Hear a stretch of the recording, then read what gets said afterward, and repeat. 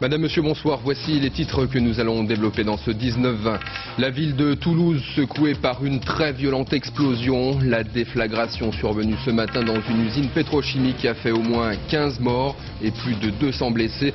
Toute l'agglomération toulousaine a ressenti un immense choc. La guerre des nerfs avec les talibans. Devant le Congrès, George Bush a promis d'employer tous les moyens pour écraser les réseaux de terreur. L'Union européenne, de son côté, tient en ce moment même à Bruxelles un sommet extraordinaire sur le terrorisme. Les enquêtes se poursuivent aux États-Unis, en Allemagne, mais aussi en France, avec un coup de filet ce matin dans les milieux islamistes. 7 personnes ont été interpellées par la DST en région parisienne. Et puis une nouvelle affaire de pédophilie près d'Angoulême. Une institutrice et son compagnon ont été mis en examen. Le couple est soupçonné d'avoir commis des viols et des agressions sexuelles sur plusieurs élèves de maternelle. Ce matin donc vers 10h15, les habitants de Toulouse ont bien cru vivre le tragique scénario de New York et Washington. Une très violente explosion a secoué la ville. Selon toute vraisemblance, il ne s'agit pas d'un attentat mais d'un accident survenu dans une usine pétrochimique implantée à la périphérie. Le bilan néanmoins est extrêmement lourd. 15 personnes ont été tuées, 50 autres grièvement blessées. Une déflagration qui a causé, vous allez le voir, de très importants dégâts. Jennifer Alberts. Des images de guerre, un site entièrement dévasté, c'est tout ce qu'il reste de l'usine AZF de Toulouse. Peu avant 10h30 ce matin, une violente explosion secoue la ville rose. Elle vient de souffler l'ancienne poudrerie. Près de 400 salariés sont immédiatement évacués. Ça, là, vous êtes blessé. C'est quoi? Mais qu'est-ce qui s'est passé? Vous étiez où? J'étais au travail. Mais à quel travail? Où? Je suis à travail à la Saint-Vat, j'étais à la Saint-Vat. Et vous, monsieur, excusez-moi, Et il est avec moi, il travaille dans le même bureau que moi, ça s'est écroulé. On est sorti le plus vite possible, mais bon, c'est bon. Franchement, première fois que je vis ça. On a eu une explosion, on s'est tous retrouvés dans l'état où on est là.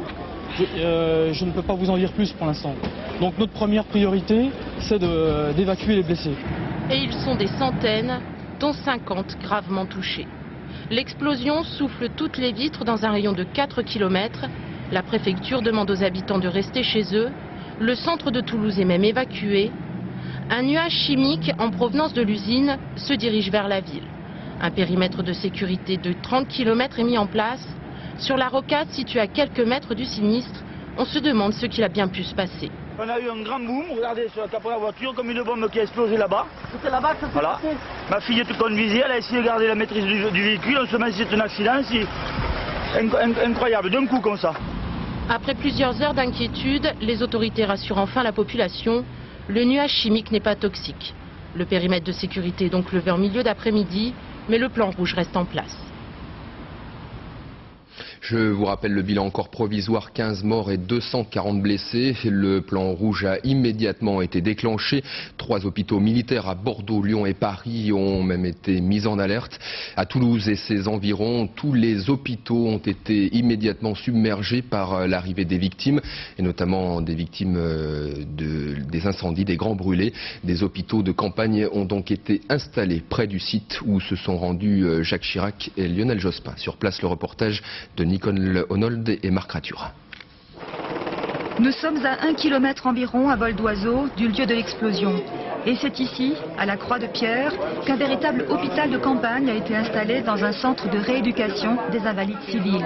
Un centre pris d'assaut par des centaines de blessés. C'est les premiers soins, histoire d'y diriger, savoir s'il faut en envoyer du côté de l'hôpital ou sinon les garder, leur donner les petits soins et leur envoyer chez eux éventuellement pour essayer de soigner les plus gros.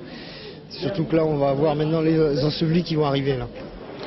Dans la salle d'attente, improvisée en plein air, les blessés se succèdent, hagards. Nous étions près de la sortie, c'était le premier bâtiment près de la sortie et qui s'est effondré également.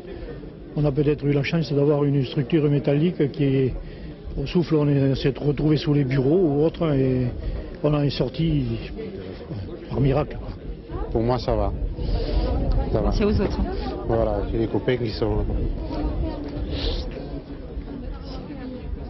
Nous sommes des gens qui avons de la chance, nous sommes des rescapés. Alors vous savez, d'abord qu'on soigne ceux qui en ont vraiment besoin et puis après... Ces blessés sont soignés par des médecins, des infirmiers, des sapeurs-pompiers venus de tout Midi-Pyrénées, mais aussi de tout le Grand Sud-Ouest. Il y a énormément de blessures légères, de coupures multiples. Et par contre, après, il y a des blessures beaucoup plus lourdes, avec des traumatismes multiples, fémur, colonne, ceinture scapulaire, thorax. En début d'après-midi, Lionel Jospin est venu sur place pour remercier le personnel médical et soutenir les blessés. J'ai été terriblement impressionné par les dévastations que j'ai aperçues sur le site, y compris comme nous sommes passés sur la rocade. Naturellement, je pense d'abord à tous ceux qui sont victimes déjà, dont nous savons que le nombre est significatif. Et puis après, nous avons voulu être auprès des blessés, de ceux qui sont touchés, choqués, pour leur dire que nous sommes avec nous, que nous les entourons. Vers 16 h, c'est le président de la République qui est venu réconforter les uns et les autres. Je ressens, comme toujours en cas de drame, une très grande peine, une très grande émotion. On a vraiment l'impression qu'on est personnellement touché quand on voit ces hommes, ces femmes, ces jeunes qui sont blessés légèrement, tant mieux. Et là, on a le sourire, ou hélas, plus gravement. Et là, on se sent forcément personnellement touché, comme le remarquait tout à l'heure le maire de Toulouse. Au revoir. Et tandis que Jacques Chirac s'éloigne, des voisins, des collègues, des familles essaient de retrouver les leurs. La déflagration très violente a donc été ressentie dans toute la ville et il faut dire que la secousse provoquée par l'explosion équivalait à un séisme d'une magnitude de 3,4 sur l'échelle ouverte de Richter, une intensité relevée par l'Institut physique du globe de Strasbourg. Toute l'agglomération toulousaine a donc été secouée par l'onde de choc. Ce fut le cas notamment dans le quartier du Mirail où vivent 25 000 personnes et où les dégâts là aussi sont très importants. Le reportage de Vincent Albinet et Jean-Luc Pigneux. À quelques centaines de mètres seulement de l'usine AZF, les premiers immeubles du Mirail sont parmi les plus touchés. Des cloisons éventrées, des vitres explosées, des meubles renversés, des fuites d'eau, comme chez la famille Amadi qui se sent livrée à elle-même. Je ne sais même pas où est-ce qu'on va dormir aujourd'hui. On ne peut même pas sortir de chez nous. On est obligé de rester parce qu'il y a les trucs toxiques. Et quand on voit ça, on n'a même plus envie de rester à la maison. Moi, j'ai plus envie de rester chez moi là. J'ai plus envie. Je ne veux plus rester dans cette maison. Elle m'a trop fait peur. Au Mirail, 25 000 habitants, une ville dans la ville, passaient les premiers moments de stupéfaction. On a dû s'organiser dans l'urgence, entre voisins, y compris pour sortir les personnes bloquées dans les ascenseurs. Une personne qui est descendue le récupérer a ouvert la trappe en haut de l'ascenseur, le secours. Il l'a fait sortir, on l'a remonté avec une corde, on l'a attaché, on l'a fait remonter, tout simplement. Pendant ce temps-là, dans les écoles du quartier, on gérait comme on pouvait cette situation de crise. Avec l'école d'à côté, on s'est confiné le personnel et les enfants qui restaient dans la cantine jusqu'à ordre. Puis on a tout calfeutré. Avec la radio, voilà, on a calfeutré. Les enfants des écoles. Puis au fur et à mesure, les parents récupèrent les enfants, donc ça s'est passé presque bien. Oui, là on ne peut pas accueillir les enfants. On ne peut pas accueillir la nuisance, c'est pas possible. Donc même les armoires dans les classes ont été renversées, tout a été renversé quoi. Écoles fermées, logements sinistrés, commerces détruits. Il faudra du temps pour évaluer et réparer les dégâts matériels subis par une population en état de choc. Et tout de suite après l'explosion, les habitants ont été priés de se calfeutrer chez eux à cause d'un nuage toxique dont le danger n'était pas encore évalué. Ce soir, les mesures de sécurité ont été levées, mais toute la journée dans les écoles, les entreprises, également à l'aéroport. Bref, dans tout Toulouse et ses environs, la vie quotidienne a été fortement perturbée, même si les Toulousains ont gardé leur calme. L'usine pétrochimique soufflée ce matin par l'explosion fait partie des 400 sites industriels français qui présentent des risques importants pour l'environnement en cas bien sûr d'accident. Ces sites à haut risque soumis à une législation très stricte sont classés Seveso. Seveso du nom de la catastrophe survenue en Italie il y a 25 ans. Les explications de Dominique Dumas. La peur de la toxicité et du risque chimique a commencé ici en juillet 1976. Dans le nord de l'Italie, à Seveso, une usine d'herbicides explose, libérant dans l'air des tonnes de dioxine. Un an plus tard, la France prend les premières mesures de prévention, mais il faudra attendre 1982 pour la première directive Seveso. 372 sites sont alors concernés. Depuis février 1999, cette directive est renforcée à plusieurs reprises et 600 enquêtes ont été réalisées dans les sites Seveso. Premier objectif, évaluer les dangers et préparer avec les autorités les plans d'opération interne et les plans particuliers d'intervention. Autre point important, les périmètres de sécurité avec une urbanisation réduite et l'information obligatoire des riverains. Difficile d'adapter ce point important lorsque les installations sont anciennes et antérieures comme à Toulouse, au premier décret de 77. Par exemple, ici en Normandie, les habitants estiment l'usine beaucoup trop proche de leur habitation. S'il arrive quelque chose à l'usine, on saute, nous on est les premiers. Je suis un peu touchée parce que j'ai de la famille qui habite à Toulouse, juste à côté. Et puis ça peut arriver ici parce qu'on a une usine qui est pareille, juste à côté là. Ce qui vient de se produire aujourd'hui à Toulouse, ça nous fait penser encore plus pour nous, pour tous ces gens-là. Nous, on est très très très proches. On est toujours dans les fumées, dans les brouillards, comme à Toulouse d'ailleurs. Autre point, comment éviter une réaction en chaîne entre une usine en feu et d'autres sites à risque. C'est l'effet domino. Des simulations d'incidents grandeur nature sont réalisées comme ici dans la région grenobloise, des simulations qui ne rassurent pas forcément les riverains.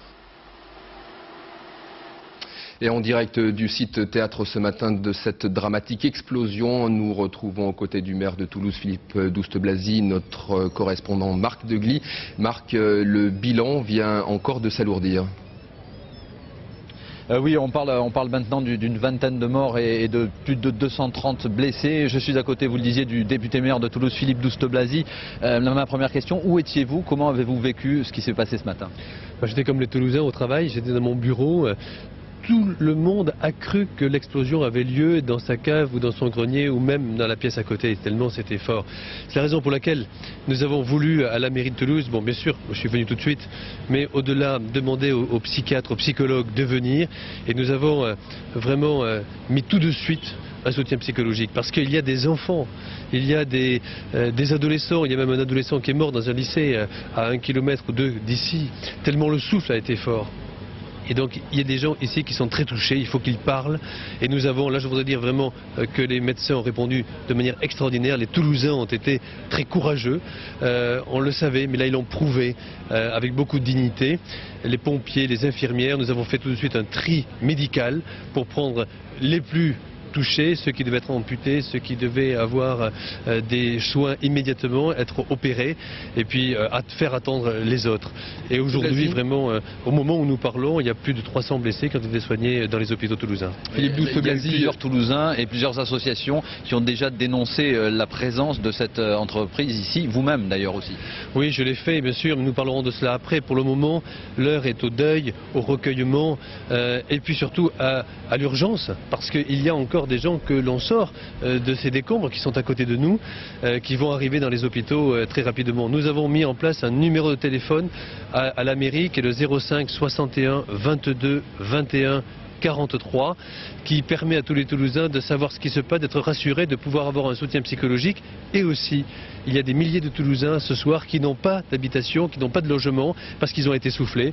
Eh bien, nous avons mis en place des gymnases, nous avons mis en place des centres d'hébergement pour qu'ils puissent avoir pour eux un lit, un repas et un soutien psychologique. Philippe Douste-Blazy, pardonnez-moi, même si ça dure plusieurs nuits. Philippe Douste-Blazy, une enquête a donc été ouverte. Est-ce que ce soir on peut totalement exclure l'hypothèse d'un attentat que beaucoup ont redouté ce matin? Vous savez, ça s'est passé dans un lieu de stockage, de nitrate. C'est un lieu où il n'y avait pas spécialement de manipulation. Personne ne sait aujourd'hui si c'est un accident ou autre chose. Les policiers ont commencé leur enquête. Il faut leur faire confiance. Il faut que la transparence soit faite aussi sur cela. Il faudra dire exactement ce qui s'est passé. En tout cas, pardon, moi je vais être obligé de repartir à l'hôpital là maintenant pour voir. Il y a une chaîne de solidarité formidable qui est faite. Et je veux évidemment, avec les Toulousains, participer à cela. Merci Philippe Douste-Blazy d'avoir été en direct avec nous pour le 19-20. Voilà donc ce que nous pouvions dire ce soir concernant cette dramatique explosion dont je vous rappelle le dernier bilan, au moins 18 morts et plusieurs centaines de blessés. Si vous souhaitez obtenir des informations supplémentaires, vous pouvez appeler la mairie. Philippe Douste-Blazy vous a donné le numéro, mais également le numéro d'urgence de la préfecture. C'est le 08 11 00 06 31.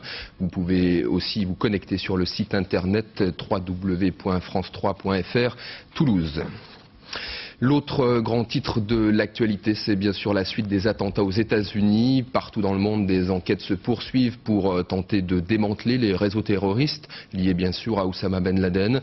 Tôt ce matin, un coup de fil a été effectué en région parisienne. 7 personnes soupçonnées d'appartenir aux milieux islamistes ont été interpellées. Ces arrestations interviennent dans le cadre de l'enquête sur une menace d'attentat contre l'ambassade américaine à Paris. Élise Galland. Comme ici à Besançon, les perquisitions se sont déroulées en région parisienne peu après minuit. Et pour certaines familles qui préfèrent garder l'anonymat, la présence de la DST chez elles la nuit dernière est incompréhensible. On est une famille calme. Lui, il est là depuis 1995, il s'est bien intégré. Dans ces cas-là, pourquoi il va travailler de 8h du matin jusqu'à 5h de l'après-midi pour gagner son gagne-pain? 7 personnes, hommes et femmes, français, algériens et français d'origine algérienne, sont en garde à vue dans les locaux parisiens de la direction de la surveillance du territoire ce soir.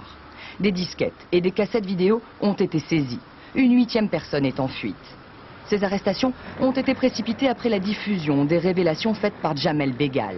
Ce franco-algérien, considéré comme un proche d'Oussama Ben Laden, est actuellement détenu aux Émirats Arabes Unis. C'est lui qui a informé les enquêteurs du projet d'attentat à la voiture suicide contre l'ambassade américaine à Paris. Ces déclarations avaient déjà provoqué des arrestations la semaine dernière aux Pays-Bas et en Belgique. À Bruxelles, précisément, les policiers ont interpellé Nizar Trabelsi. Chez ce Tunisien, ancien footballeur professionnel, ils ont trouvé 2 fusils mitrailleurs et des documents comportant des formules chimiques. Aujourd'hui, ils viennent de découvrir dans le café où Nizar Trabelsi avait ses habitudes, de fortes quantités de soufre et une dizaine de litres d'acétone, des produits parfois utilisés pour fabriquer des bombes artisanales.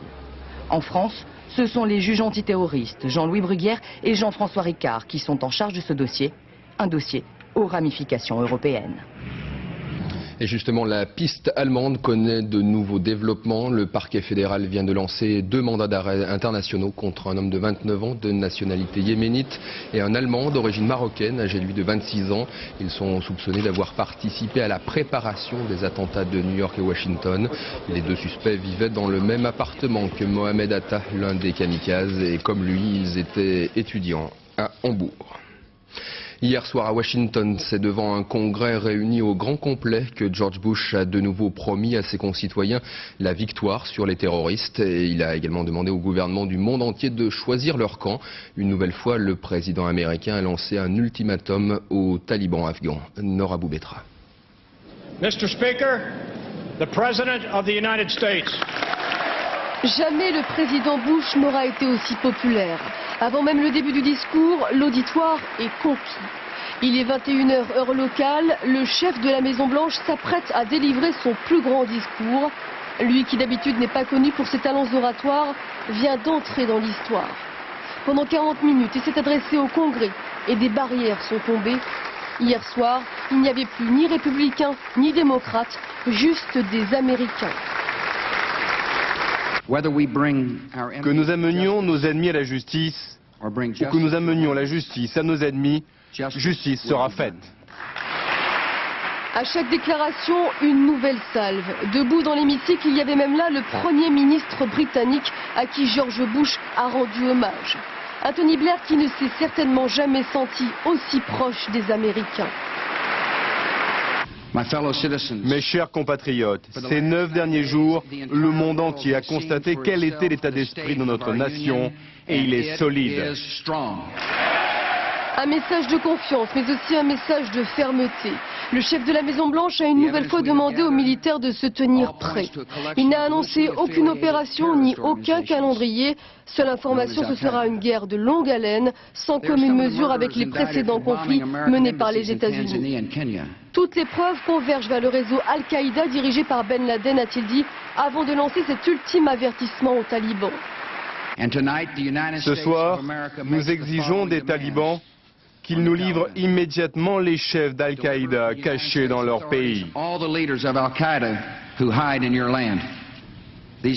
Ces demandes ne sont pas ouvertes à la négociation ou à la discussion. Les talibans doivent agir et agir immédiatement. Ils livreront les terroristes ou bien ils partageront leur sort.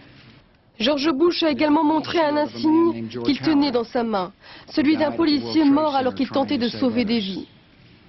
C'est sa mère, Marilyn, qui me l'a donné.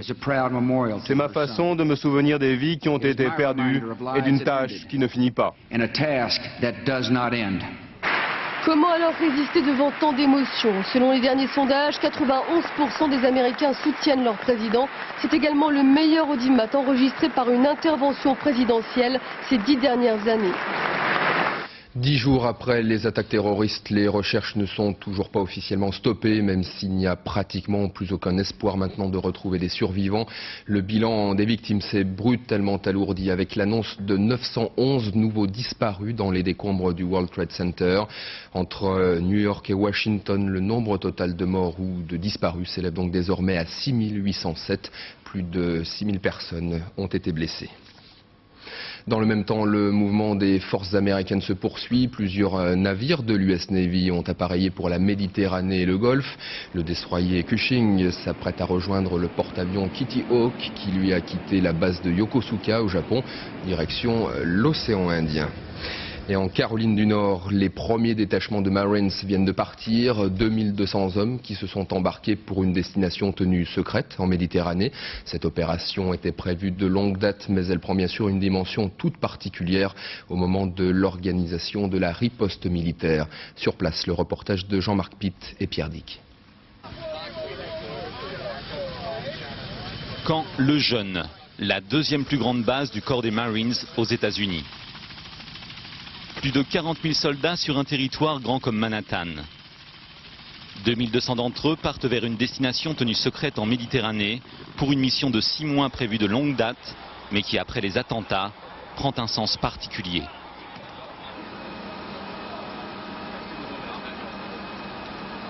Je suis inquiet parce que je ne sais pas où il va. Je me sens plus déprimée, plus effrayée. Avoir à vivre seule sans lui pendant 6 mois ou plus, c'est très dur.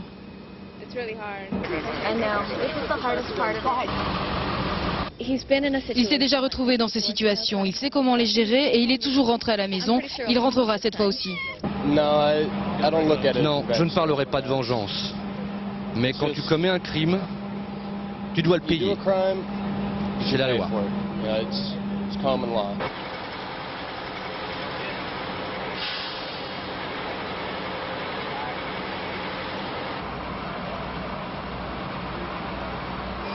Les officiers préfèrent parler d'opérations de routine pour laquelle leurs hommes se sont entraînés depuis plusieurs mois. Mais ils savent aussi que la vague de patriotisme qui a déferlé sur le pays depuis les attentats ne peut laisser froid leurs hommes, les premiers à partir en expédition. Si les Marines ont des rêves de vengeance, ce sont leurs rêves personnels. Nous sommes des professionnels, nous devons nous comporter comme des professionnels.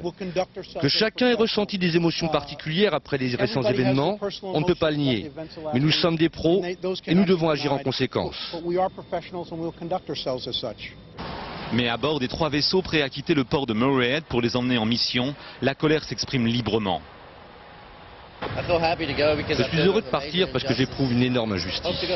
J'espère aller en Afghanistan pour tuer ceux qui doivent être tués et pour retrouver la fierté que nous avons perdue. Le président George Bush avait promis une réponse rapide. Le départ de ces hommes en constitue le premier élément. C'est d'abord un signe fort envoyé à l'opinion publique américaine. C'est ensuite la confirmation que l'option militaire reste la plus probable. Et de l'autre côté du monde, pour la 5e journée consécutive, le Pakistan a été le théâtre de nombreuses manifestations anti-américaines. L'effigie du président Bush a même été brûlée. Plusieurs milliers de personnes ont une nouvelle fois protesté contre l'éventuelle riposte américaine, mais aussi la collaboration des autorités pakistanaises. Sur place, le reportage de nos envoyés spéciaux au Pakistan, donc où la situation est de plus en plus explosive.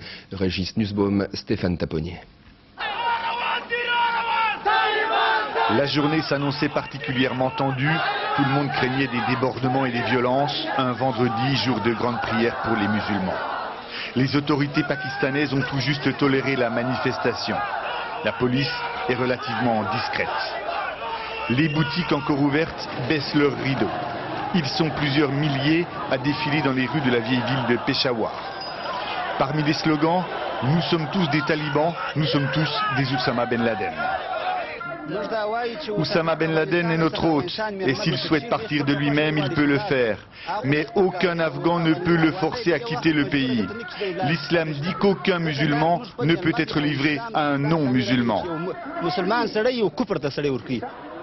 Le Mollah Omar, chef suprême des talibans, n'a pas encore décidé du sort d'Oussama Ben Laden. En attendant, les islamistes refusent toute idée de coopération militaire avec les États-Unis. Si ça arrive, on va faire la grève, on va manifester, on va combattre. Contre qui?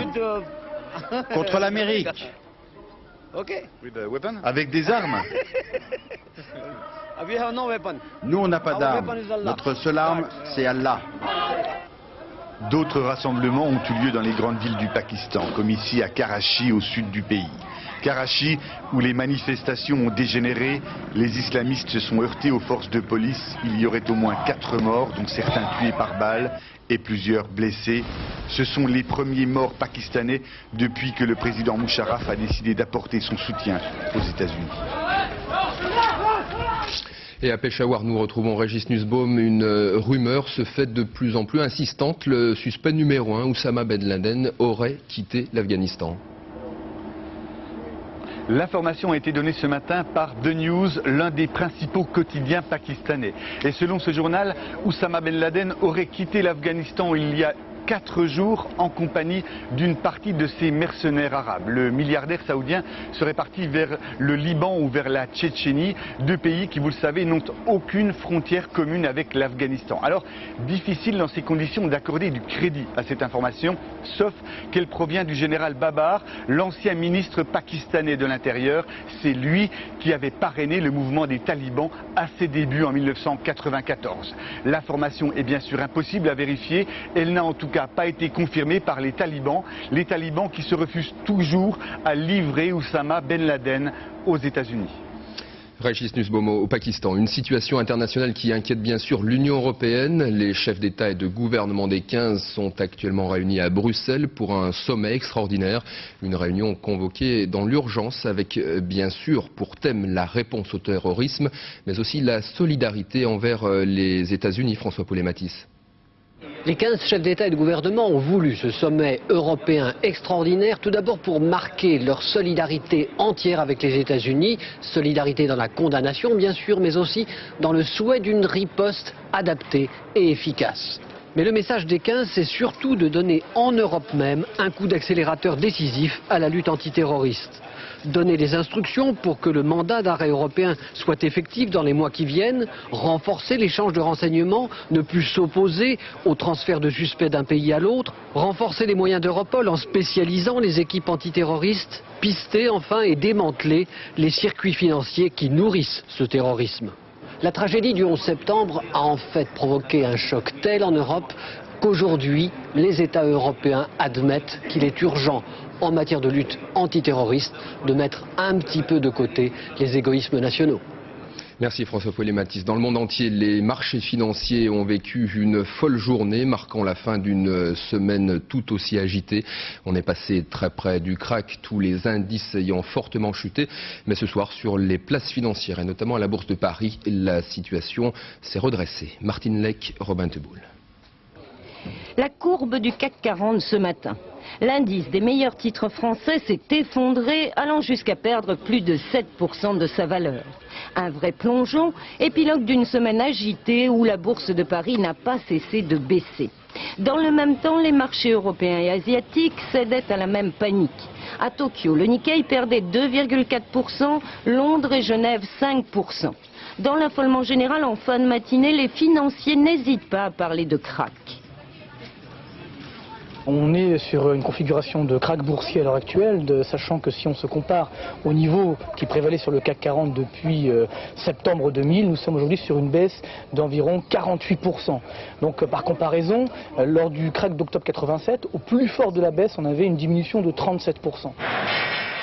Finalement, l'éclaircie viendra de Wall Street. À l'ouverture, la bourse de New York limite les dégâts avec un Dow Jones en légère baisse. Du coup, les bourses européennes se redressent et à la clôture, le CAC 40 ne perd plus que 2,28%. Mais les marchés restent nerveux, la crainte d'une récession mondiale, l'incertitude sur la riposte américaine, autant d'inquiétudes pour les investisseurs, même si les économistes restent prudents. Comme aujourd'hui, il y a urgence pour que les autorités politiques fassent le nécessaire pour éviter une victoire totale du terrorisme, y compris dans la sphère économique, je n'ai pas beaucoup de crainte que ce krach ne suscite des conséquences économiques défavorables. Aujourd'hui, les marchés ont fini par se ressaisir, mais les financiers font le dos rond. D'autant qu'à la bourse de New York, le Dow Jones n'arrête pas de fluctuer. Une nouvelle affaire de pédophilie près d'Angoulême, je vous le disais dans les titres. Une institutrice de Ruffec et son compagnon ont été mis en examen. Ils sont soupçonnés d'avoir commis des viols et des agressions sexuelles sur plusieurs élèves de maternelle. En 1995, le couple avait déjà fait l'objet d'une enquête, mais à l'époque, le dossier avait été classé sans suite. Nathalie Cause. Déjà soupçonnée de pédophilie il y a 6 ans, une institutrice de cette école et son compagnon viennent d'être écroués pour viol. Au moins 3 élèves de la maternelle de Ruffec, près d'Angoulême, auraient été victimes du couple, des enfants âgés de 3 à 4 ans. Ce sont des parents troublés par le comportement de leurs enfants qui ont donné l'alerte. Ça a commencé par un dessin. Et puis elle s'est confiée à sa tante. J'étais là, j'étais pas trop loin. J'ai tout entendu ce qu'elle a dit. L'institutrice et son compagnon, un gendarme à la retraite, auraient attiré les enfants chez eux, dans leur maison juste à côté de l'école. En 1995 déjà, le couple est placé en garde à vue pour des faits similaires. L'enquête est alors classée sans suite. Le maire de Ruffec fait pourtant poser une grille entre l'école et leur maison, une grille qui aurait été coupée par l'institutrice. Ça aurait dû être plus surveillé, étant donné qu'il y avait déjà eu, dans certaines années passées, des suspicions, réelles ou pas, on ne sait pas, on ne peut pas savoir, mais ça aurait dû être plus surveillé et vraiment surveiller cette institutrice. Suite aux plaintes déposées la semaine dernière par des parents, les gendarmes ont ouvert une nouvelle enquête. Les témoignages des enfants seraient accablants pour l'institutrice et son compagnon, des témoignages qu'ils contestent. D'une part, de par l'âge des prétendus, enfin en tout cas des présumées victimes, 3 à 4 ans, on peut estimer que leurs auditions ou en tout cas leur comportement ou les gestes qu'ils ont pu avoir vis-à-vis des psychologues, eh bien, peut être source à interprétation et en tout cas il faut, je crois, prendre de grandes précautions. Une équipe de psychologues a été mise en place pour prendre en charge les enfants et soutenir leurs parents. Et dans cette actualité particulièrement dramatique, une image beaucoup plus légère et souriante. À Rotterdam, aux Pays-Bas, l'équipe de France de tennis est bien partie pour se qualifier pour la finale de la Coupe Davis. Les joueurs de Guy Forget mènent ce soir 2-0 grâce à Arnaud Clément et Nicolas Escudé. Escudé a dû batailler 5-7 et près de 5 heures de jeu pour donner l'avantage à la France. 2-0 donc face aux Pays-Bas. Le double aura lieu demain. Par ailleurs, en basket, l'équipe de France féminine s'est qualifiée pour les demi-finales de l'Euro en battant tout à l'heure la Slovaquie 72-56. Je vous rappelle donc la principale information que nous avons développée dans ce 19-20. La ville de Toulouse secouée par une très violente explosion. La déflagration survenue ce matin dans une usine pétrochimique dans la périphérie de Toulouse a fait au moins 18 morts et 650 blessés selon un bilan encore provisoire. Toute l'agglomération toulousaine a ressenti un immense choc équivalent à une secousse de 3,4 sur l'échelle de Richter. Devant l'ampleur de la catastrophe, le président de la République et Lionel Jospin se sont rendus sur les lieux cet après-midi. C'est la fin de ce 19-20. Merci de l'avoir suivi. Le dernier rendez-vous avec la rédaction, le soir 3 ce soir aux alentours de 22h30 avec Jean-Sébastien Fernandez. Le soir 3 qui reviendra bien sûr longuement sur tous ces événements. Excellente soirée et à demain.